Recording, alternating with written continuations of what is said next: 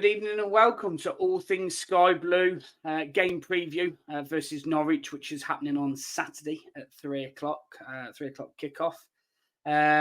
Just remember where you can find us is scrolling down at the bottom, but we are on X or Twitter, whichever one you prefer, TikTok, Instagram, Facebook. We're partnered with the Anecdote Sports Bar, and this season we are sponsored by Right Steel Fabrications. He can do your fabrication work up and down the country, but mainly in the Warwickshire and West Midlands and Coventry areas. Obviously, as always, I'm joined by Mark. Good evening, Mark. You okay? Yeah, evening, Stuart. Evening, everyone. Good. And we're also joined by Adam from At the Pincon. The Pincon. I never get that right. At Pincon. That's the one, yeah.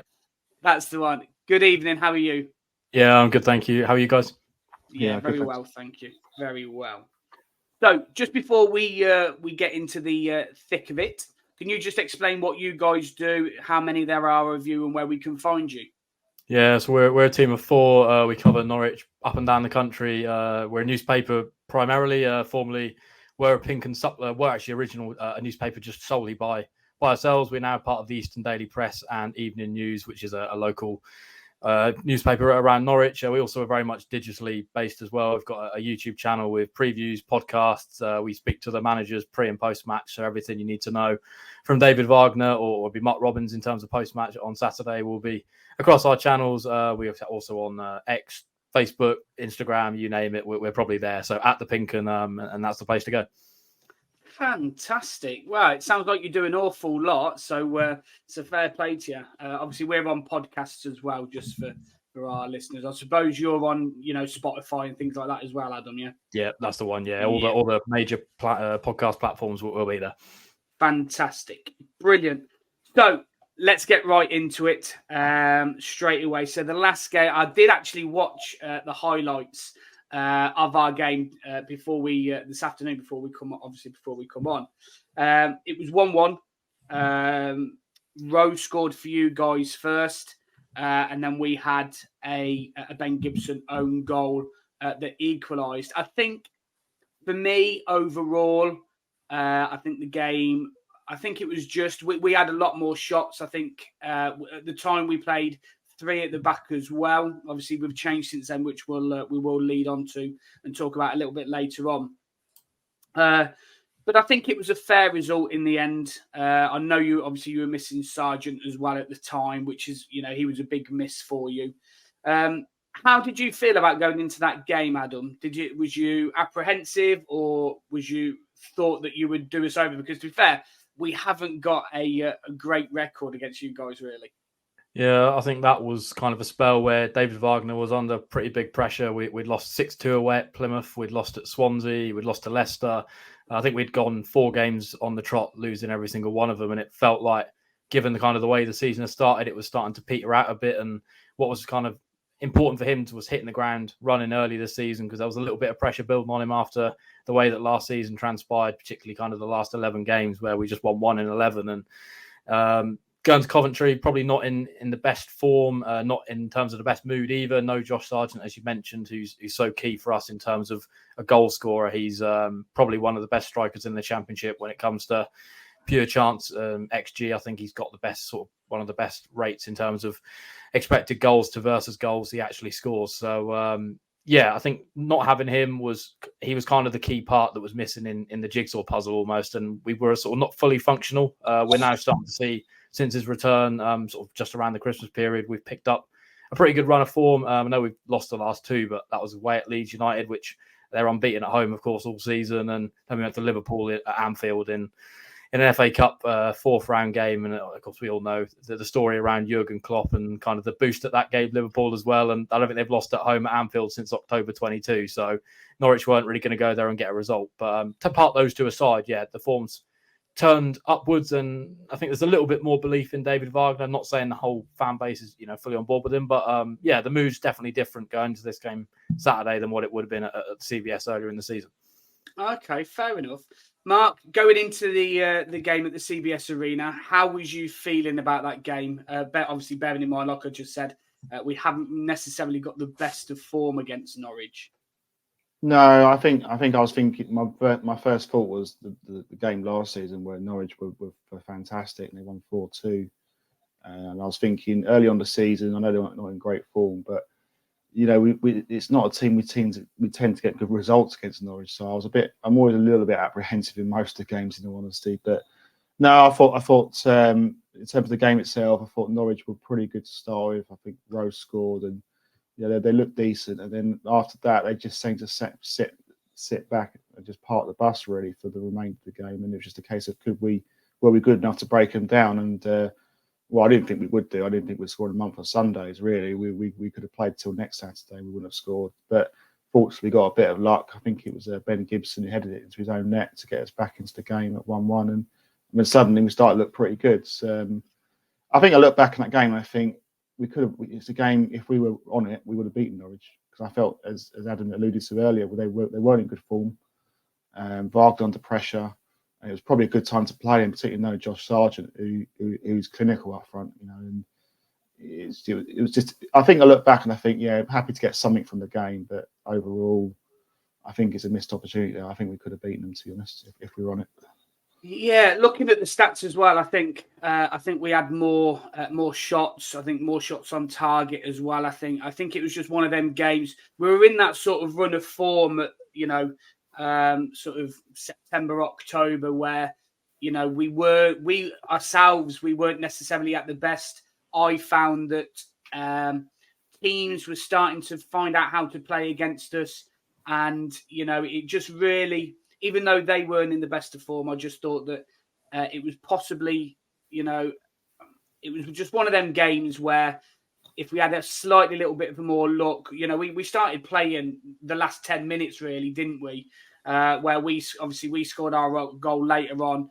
And I think we might have missed another couple of chances or something like that as well. So, as you've mentioned, obviously, you are playing at home. I think you've got better home form than you have at away recently as well. How has things changed? Has anything changed from the game at the CBS Arena to our game on Saturday? Do you think anything's going to change? Are you playing slightly differently? How do you think that's going to work? Yeah, you kind of mentioned sort of the negative football almost that Norwich were playing on that day at the CBS. They kind of had to do that given their sort of lack of resource up front. I think Ashley Barnes was also injured around that time. So we just had Adam Eder available at that point up front and a Korean called Wang, who's now gone back to Nottingham Forest. But I think in terms of the home outlook and the approach that David Wagner tends to adopt, it is slightly more attacking away from home. A few times this season, we've seen him kind of sit back and almost try and allow teams to come on to Norwich. Norwich are quite happy to let teams have possession, and they'll try and pick them off on the counter, which when you've got Josh Sargent, John Rowe, Borja Sainz are sort of our two wide men, very dangerous. You've got Josh Sargent in the middle, who's fully capable of scoring goals at this level. It tends to work, and it's kind of been the formula, I'd say, in recent games, which has kind of brought that success. Defensively, we're much more stable than what we were at the start of the season. We shipped 6 goals away at Plymouth.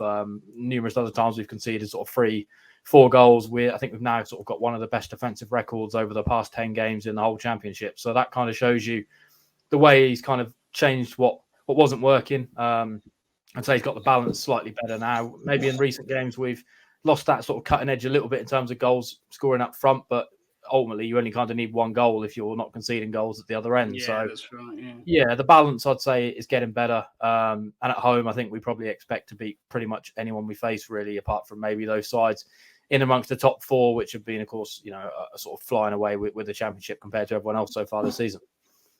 Yeah. Any questions on that one, Mark?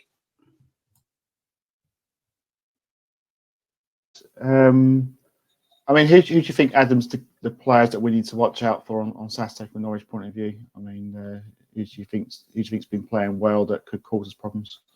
Yeah, I think I would have said John Rowe, but he's missing for Saturday's game. Such a crucial player. Has been his breakthrough season, really. He got some opportunities in the Premier League a couple of years ago under Dean Smith, and you can see there was a player there with real quality. Maybe physically wasn't quite developed enough to impact the Premier League, but sort of last season was very much injury hit for him. So this season's been his chance. He's bulked that a lot more than maybe he was when he was sort of 18, 17 when he first broke through. But still only 20 years of age. He's going to be playing in the Premier League next season, whether that's with Norwich or if we fail to get promoted, he'll be making a move because every team, almost apart from the top 6 in the Premier League, are interested in him, which just goes to show how good he is. I think 13 goals already this season out wide. But given he's missing, there's probably a few. Josh Sargent I've mentioned a few times, such a threat at this level. I probably don't even really need to tell all your viewers how good he is, because I think anyone who watches the Championship probably can see how clinical he is. I think the one I'd probably pick out is Gabriel Sara, our Brazilian midfielder, who we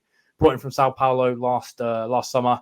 Struggled to adapt a little bit in I'd say the start of last season, particularly under Dean Smith. He didn't really unlock his full potential. I'd say that's one thing David Wagner can take full credit for, is unlocking his ability. I think he's 24. He's stocked with quality. His assist and goal ratio is unbelievable from central midfield. Technically, he's so gifted. He can pass pretty much anywhere over the pitch, and you can guarantee he'll find the man he's looking for. So he's the threat. Give him an opportunity outside the box to shoot, and he will score. So he's the one that Coventry probably need to put all their men on to stop creating and unlocking the Coventry defence on Saturday. Yeah, obviously, I have looked at who might be possibly coming in. Obviously, it is still the January transfer window deadline day today. So I believe you've got a guy possibly coming in called Sydney Van. I want to say Hooijdonk, but I know it's not Hooijdonk. But from Bologna, do you think that's a goer? Yeah, that's pretty much done and dusted. I'd say within the next hour or so, that's probably there. We've got a little bit of inside source given our position in terms of a media outlet. Yeah. So we've been given the green light on that. So I'd expect within the next hour or so that's going to be a done deal. Okay, fair enough. So that's a done deal. Going out, you've got is it Adam Ida, who's gone to Celtic, and obviously injury-wise, you've got Rowe out. You've got Danny Bath out as well. I don't think he's ready to come back. Shane Duffy, but obviously, as we've mentioned already several times, obviously Josh Sargent's back. As well. Will them guys that are out, will they have any effect, or are they just are they fringe players, not fringe players, but are they people coming back from injury and stuff as well, or? Yeah, so I'd say Danny Bart's sort of a rotation player, more of a cup central defender, really more than a starter. So that's not someone that's really going to be a massive miss to many Norwich fans. John Rowe, obviously, I've already mentioned, he's a huge miss. That's probably the biggest blow. I think Shane Duffy should be available for Saturday, which is pretty big because he's been a pretty crucial player in the upturn of form when he's been fit. Sort of been a bit of a rock since arriving from he's released from Brighton and Fulham over sort of recent years. He's now come to Norwich and starting to kind of get himself back being a first team regular in terms of football, and obviously not played a lot in the past year or two. So I'd say those two I'd say Bart and Rowe are the only two missing, and Rowe's probably the only one that's a major blow. Okay, cool, fair enough. Obviously, it is close in the league. Apart from obviously the top four, as you've mentioned already, there's about 6-7 teams, maybe more potentially, that's vying for the other two spots. With 3 points ahead of you, a win on for you guys on Saturday will get you level on points with us, obviously. How do you expect to win, or what are your expectations for this season? Have they changed from the start of the season, or are they pretty much the same? Yeah, I'd say at the start of the season, you could pretty much, if you asked any Norwich City fan in the street where they thought we could be at the end of the season, it would be anywhere from 1st to 24th, in all honesty. It was kind of a little bit of an unknown season, given the way that the end of last season transpired. Pre-season was pretty good, but obviously you can't judge pre-seasons, and it kind of expected that David Wagner needed a quick start. He got that. Then we had that really poor run of form. Felt like he probably should have lost his job. Kind of every time you kind of felt, yep, this is the game he's gone. He went and got a win in the next game and survived. But I think now he's got Josh Sargent back, and he's sort of allowed to maybe bring his style of football back to the club. And it feels like the unity around the ground a little bit growing again after what was a pretty sort of toxic spell around, sort of pre-Christmas, sort of November, October period. That was pretty dull going to Carrow Road. A lot of fans felt pretty apathetic towards kind of the situation. Ownership's always an interesting topic of conversation amongst Norwich fans. Of course, Delia Smith and Michael Wynne-Jones, who have been pretty big in terms of keeping us alive at certain points. We could have easily gone where some of these other clubs have gone in the past. They've kept us afloat. We've got a Mark Atanasio, who's an American investor. He's going to be taking over the club in sort of the mid to long haul. And that feels like a pretty fresh energy or a sort of fresh bit of emphasis almost amongst the fan base that there's something that could be brewing in the future. But yeah, I think whether we can get in the top 6 this season, I think is still up for debate. A lot depends on who Norwich can keep fit, really. If they can't, if they don't have Josh Sargent available for another spell of games, then I think you can probably say they'll be falling short. If all their players are, or key players remain fit for the rest of the season, then I firmly believe this squad is up there amongst some of the best in the Championship. And when they're firing on full cylinders, then yeah, this is a squad that can pretty much beat anyone on their day. Yeah, obviously, Mark, we've just drew 2-2 a couple of days ago, really, and the performance, wasn't there. For me, it was a poor game. One of the worst poor first halves I've seen in a long time at the CBS. How did you think that game went? And do you think that they need to? Well, obviously they do need to up their game, but any changes or anything like that you'd like to see? Yeah, I mean, first of all, the game was poor. We looked like a tired, lethargic side. I thought Bristol City, to be fair, deserve a bit of credit. I thought they played a decent pressing game, and we did struggle to play through the press. There wasn't enough movement, and we were resorting a little bit to long balls, and we lose possession, and then we're on the back foot, and then we scored with our first real attack. And that, I guess, the only good positive sign I could say is that we did manage to score 2 goals out of a game where we were pretty average. So, I think in the end it was a battling point. Not a result you'd want at the start of Tuesday. You would have wanted to win to cement that 6th spot, and really go to the Norwich game thinking, well, actually, if worst case scenario we lose to Norwich, it's a little bit damaged limitation. Whereas now, Saturday's a big game. I think it's a game really I think I'd be happy. I'd be happy with a draw, to be honest. I think Norwich at home are very, very strong, and as Adam alluded to, I think if they have their key players available to them, they are going to be a difficult side to beat. But our away record's pretty decent, in all fairness, Stuart. I mean, we've won 5 on the road, and we looked good on the road at the moment. And but in all fairness, I think we've been playing teams away where Sheffield Wednesday are probably a side they're going to go down. Middlesbrough had quite a lot of injuries, so that was a good result. Although I thought Sunderland away was an excellent result. We won 3-0. So the away form is pretty good, but this is going to be a seriously difficult game on Saturday. Norwich are a good side. I think in terms of personnel for us, I think obviously with Ben Sheaf not going to be available for us, I would like to see Victor Torp start, and I'd probably go with Eccles in midfield with him. I don't think, and I think you've said this before, Stuart, I don't think Eccles and Latibeaudier generally work. I think Latibeaudier is fine to bring on if we're 1-0 up and we're hanging on, to try and get the win. But I don't think I'd start with them. I'd go Victor Torp to start with personally. That's probably the only change. Probably Ellis Sims, actually. I'd start with him on Saturday in place of Godden. Godden hasn't done a lot. He hasn't really done a lot recently. I think Ellis Sims has got a goal.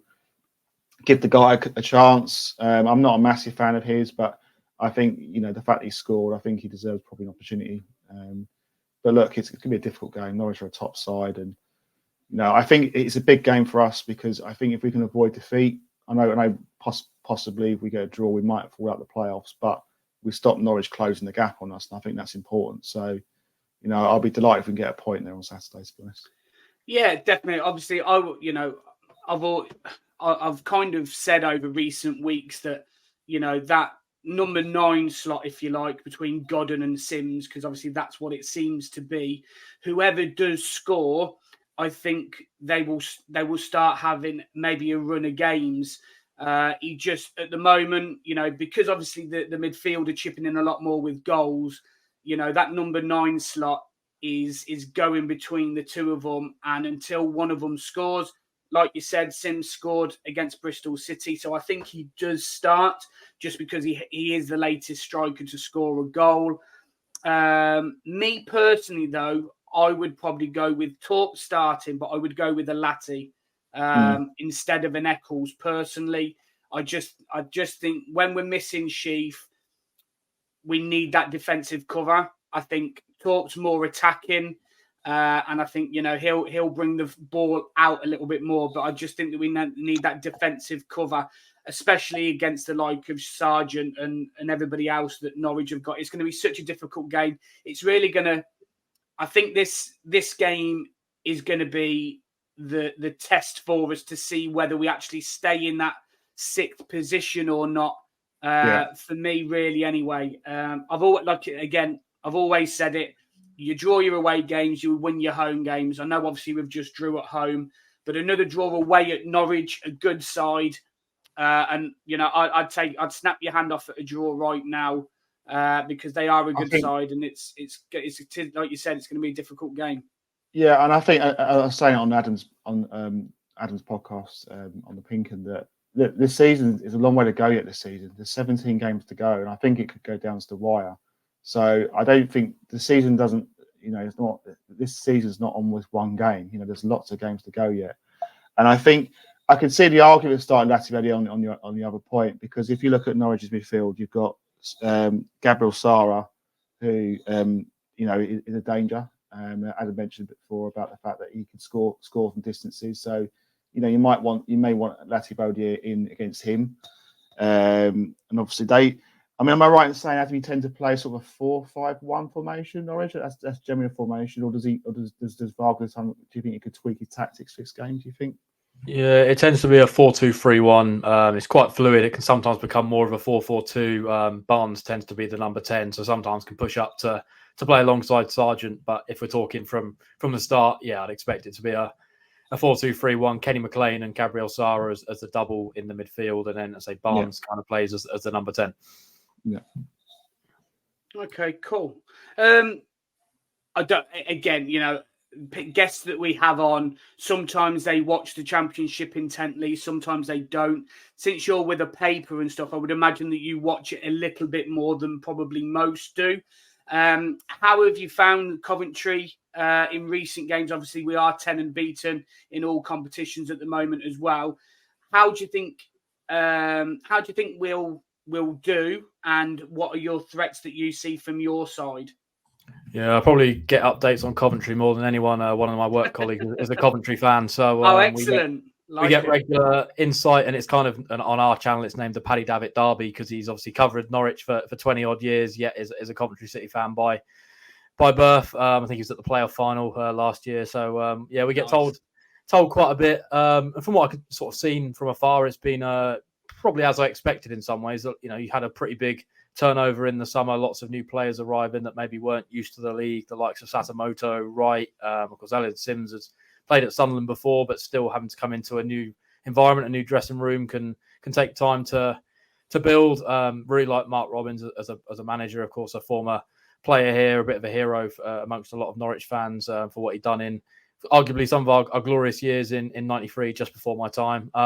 But yeah, I'd say from afar, I saw a bit of your game against Leicester the other week and was really impressed. I think Callum O'Hare is pretty crucial to what you're doing, and you can see why you missed him so much at sort of the start of the season. Such a great player who is one of them that if I had to pick a Coventry player to put into this Norwich team, we don't really have a number 10, so I think that would be the one I'd have to pick out. But I think you'll be challenging up there, in sort of those sort of battle for the last two playoff spots come the end of the season. It is so tight, as we know. It's kind of one of them where if you lose a couple of games, you're probably out of it. You win a couple of games and you probably strengthen your position. So I think the next sort of 3-4 games could be pretty big for us and also you as to how the rest of the season goes. But compared to where you were a few years ago and sort of the dark days and Sisu and all the issues you had around that, I think the growth since then is quite remarkable. And Mark Robbins and those amongst you kind of board, and I think Doug King's come in. He's sort of got roots to Norwich as well. I think born in Lowestoft, formerly a Norwich City fan as well. So I think there's lots of nice connections, and a Coventry, a really nice club, and I always enjoy coming to the CBS. So fingers crossed it can be a good season for the rest of this campaign for you guys. Although if it comes at the place of Norwich being in the top 6, then I hope you fall short of this. Well, I'm hoping, to be fair, that we get 5th and you might get 6th. Can't say fairer than that, can we? Oh, we take that. But yeah, like I said, it is going to be a really difficult game. I think two good sides on our day, as you alluded to Norwich on their day as well. We do fancy ourselves against most. Just going back to the formation slightly though, Mark, obviously against Leeds and against probably maybe Sunderland as well. He went for a 5-man. He more or less played a 4-5-1, didn't he? Do you think he'll revert that way since we're playing a good footballing team like Norwich at their place? Our place is different, but do you think he'll tweak it for the game on Saturday? I don't think he will as such. I think what he'll do is similar, maybe like a 4-4-1-1 with O'Hare, maybe slightly further forward to support the striker.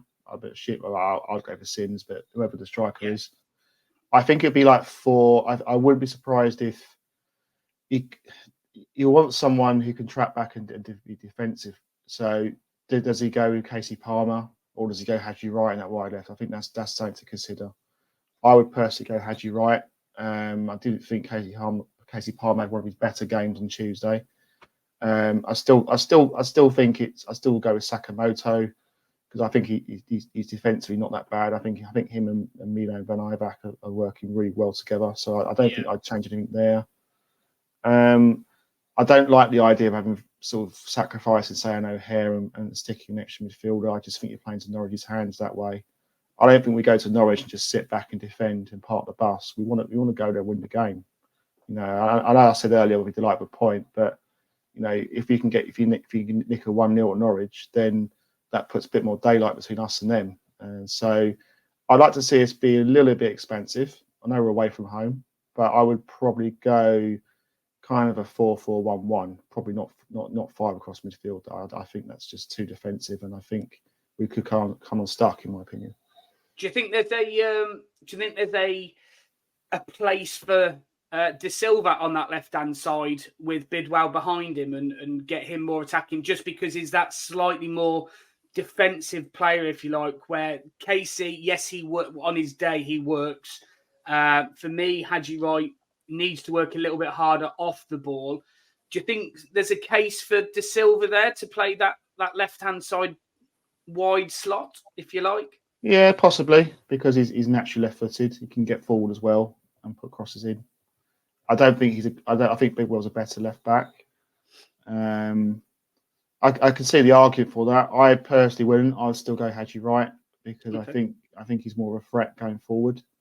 And the concern I'd have because the slight concern I'd have with De Silva is, okay, you can play in that position, but then if you're bringing him forward, how many bodies are going to get in the box? At least if Hadji Wright, if he gets hold of the ball, he's a bit more direct. He can run at players, and he can. He's got the ability to beat players and score goals. I think I could see the argument with De Silva, but I would just pump for. I'd still go for Hadji Wright. Okay. Because I'm thinking if I'm say I don't know, Jack Stacey at the back, or one of those players, or a Shane Duffy, who do I want to be facing? Do I want to face Hadji Wright running at me, or do you want Jay De Silva? I'd rather I'd rather play against De Silva personally. So that's the way I look at it. That's what I'm saying. Yeah, fair argument. Can I push you for a score prediction, Mark? Me. I went on Adam's show and I was unbelievable. I was being positive, which you'll be surprised. That's the shock. He's never positive, Adam. Yeah, I'm usually go for a draw, but I have to be positive. I'm going to say 2-1 because the away form. The reason for it is I think the away form is getting better. Can I say a 2? Is that a 2-1 cover? I'm presuming, Mark. 2-1 Coventry win. Yes. I'm going to go for Sakamoto, and I'm going to go for Callum O'Hare to score. So fingers crossed that will happen. Nice. Adam, can I get a score prediction off you?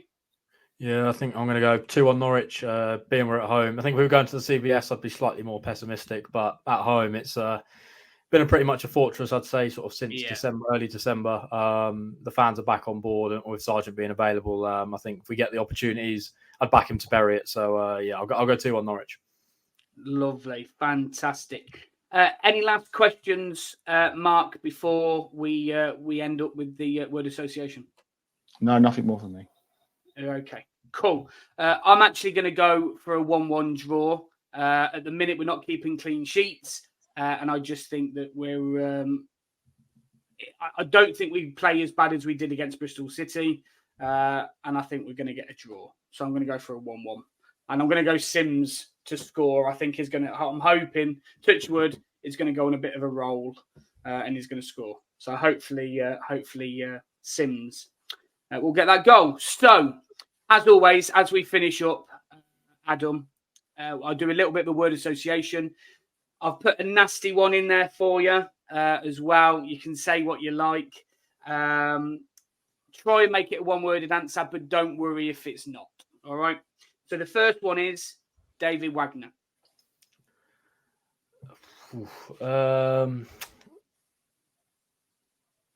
Divisive. Okay. Best away fans. Leeds. Okay. Favourite away ground. New York Stadium, Rotherham. Okay. Ipswich. I'll say two. I'll say 3 words. In our shadow. I like it. And the last one, next big talent. Probably I'll go with a guy in our academy, actually. Elliot Miles, 17 years of age, just signed a professional contract. Welsh international, being raved about by lots of good teams. I think being on the radar of Chelsea and Arsenal and a few others. So I could see him being a future Norwich player. Who knows where he goes from there. Oh, fantastic. Excellent. Like it. Okay. So, Adam, thank you very much for coming on. Much appreciated. Thanks, Adam. Can you just let us know where we can find you guys and what you guys do again, please?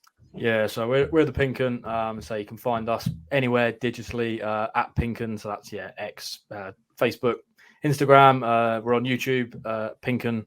Yeah, so everything pre-match in terms of previews, opposition fan views, which of course are done with Mark. So that'll be available sometime early tomorrow morning on our YouTube channel. And lots of other great content post-match as well, sort of verdicts, reviews, podcasts, everything you need to know. And of course, we're on all the podcast providers. And if you're a Coventry fan in Norwich coming down to the game on Saturday, if you head into the big Morrison's opposite Carrow Road, you can pick up an Eastern Daily Press, and the Pinken is in there. Lots of match preview content, so you can have a little read there in Carrow Road before the game starts. Fantastic. Once again, thank you very much for coming on. It has been a pleasure.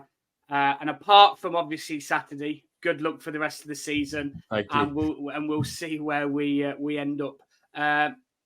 When we finish the stream, don't shoot off. We'll just have a quick chat with you afterwards as well, if that's okay. No so just remember where you can find us on TikTok, Instagram, Facebook, all the podcast socials. We've got some really good content now. Please go and like and subscribe to our YouTube channel as well. Much appreciated. We are partnered with the Anecdote Sports Bar, and we're also sponsored by Right Steel Fabrications. Mark, any last comments? Yeah, I think, just to say, hopefully we can get a good result, but tough game. But play up Sky Blues and we get them 3 points maybe. Yeah, looking forward to that. Fantastic. Thank you very much, Adam. Thank you very much, Mark, for joining me once again. Thanks. Much appreciated. Play up Sky Blues.